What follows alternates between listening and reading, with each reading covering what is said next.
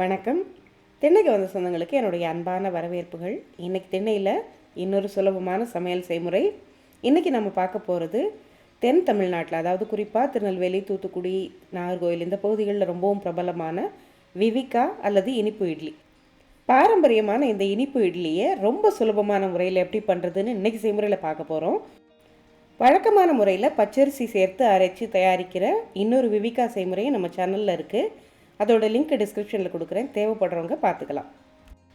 பொதுவாக இந்த இட்லி பண்ணும்போது இதை பதநீர் சேர்த்து புளிக்க வச்சு தயாரிப்பாங்க. அதனால் பதநீர் இட்லின்னு கூட இதுக்கு ஒரு பெயர் உண்டு. பதநீர் எல்லா காலத்துலேயும் கிடைக்காது, எல்லா இடங்கள்லையும் கிடைக்காது. அதனால் சோடா சேர்த்து இந்த இட்லி பண்ணுவாங்க. இன்றைக்கி நாம் சோடா சேர்த்து சேர்க்காமல் ரெண்டு முறையிலையும் இந்த இட்லியை பண்ண போகிறோம். எப்படி வருதுன்னு பார்க்கலாம் வாங்க. முதல்ல இந்த இட்லிக்கு பாரம்பரியமான சுவையை கொடுக்கறது இந்த வறுத்து சேர்க்குற பாசிப்பருப்பு. முதல்ல நம்ம பாசிப்பருப்பை பொன்னிறமாக வறுத்து எடுத்து வச்சுக்கலாம். இப்போ பாசிப்பருப்பு நல்லா வறுப்பட்டுருச்சு.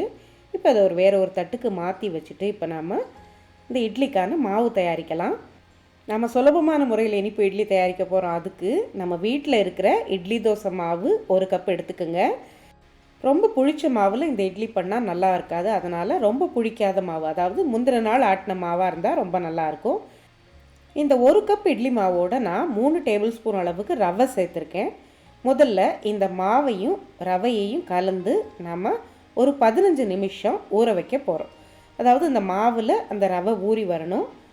ரவை ஊறுற இந்த சமயத்தில் இந்த மாவுக்கு, அதாவது நம்ம இந்த இட்லிக்கு சேர்க்க போகிற இனிப்பு அதை தயார் பண்ணிக்கலாம். இதுக்கு கருப்பட்டி சேர்த்து பண்ணலாம் அல்லது வெல்லம் சேர்த்து பண்ணலாம். நாம் இன்றைக்கி வெல்லம் சேர்த்து பண்ண போகிறோம். இப்போ 15 நிமிஷம் ஆயிடுச்சு. ரவை மாவில் நல்லாவே ஊறிடுச்சு. இந்த மாதிரி மாவு கெட்டியாக இருக்கணும். இது மாவில் நாம் தேவையான அளவுக்கு வெல்லம், நான் 1/2 கப் அளவுக்கு பொடி பண்ண வெல்லம் சேர்த்துருக்கேன். கூடவே வறுத்து வச்ச பாசிப்பருப்பையும் சேர்த்துக்கிட்டேன். அடுத்ததாக ஒரு 1/4 கப் துருவின தேங்காய் சேர்த்துட்டு கூடவே ஒரு கைப்பிடி அளவுக்கு உலர்ந்த திராட்சை சேர்த்துக்கலாம்.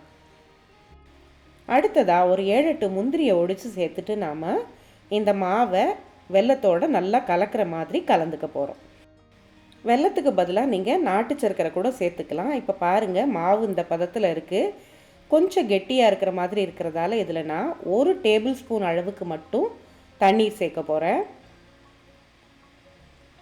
இப்போ இந்த தண்ணீரையும் சேர்த்து கலந்து விட்டுட்டு இந்த மாவில் நாம் 1 டீஸ்பூன் அளவுக்கு நெய் சேர்த்துக்க போகிறோம். நெய் சேர்த்தும் நல்லா கலந்துக்குங்க. இந்த நெய் சேர்க்கிறது ஆப்ஷனல் தான், நெய் சேர்க்காமல் கூட நம்ம பண்ணலாம். கடைசியாக இந்த மாவில் ஒரு 1/4 டீஸ்பூன் அளவுக்கு பொடி பண்ண ஏலக்காய் சேர்த்துருக்கேன். இந்த ஏலக்காய் பொடியையும் நல்லா மாவோடு சேர்த்து கலந்து வச்சிடலாம். இப்போ நமக்கு மாவு தயாராகிருச்சு. அடுத்ததாக இட்லி தயாரிக்கிறதுக்கு இட்லி தட்டுகளில் கொஞ்சமாக நெய் சேர்த்து நல்லா பரவலாக தடவி விட்டுக்கலாம். இப்போ நாம் தயாரித்து வச்சுருக்கிற இனிப்பு இட்லிக்கான மாவை ஒவ்வொரு குழியிலையும் ஊற்றிக்கலாம். இப்போ நாம் 1 கப் அளவுக்கு இட்லி மாவு எடுத்து அதில் 3 டேபிள் ஸ்பூன் அளவுக்கு ரவை சேர்த்து இந்த இட்லி மாவு தயாரிச்சிருக்கோம். கூடவே வெல்லமெல்லாம் சேர்த்துருக்கோம். இந்த அளவுக்கு நமக்கு 7லேருந்து 8 இட்லி கிடைக்கும். இப்போ இட்லி பாத்திரத்தில் நான் ஏற்கனவே தண்ணீர் ஊற்றி கொதிக்க வச்சுருக்கேன்.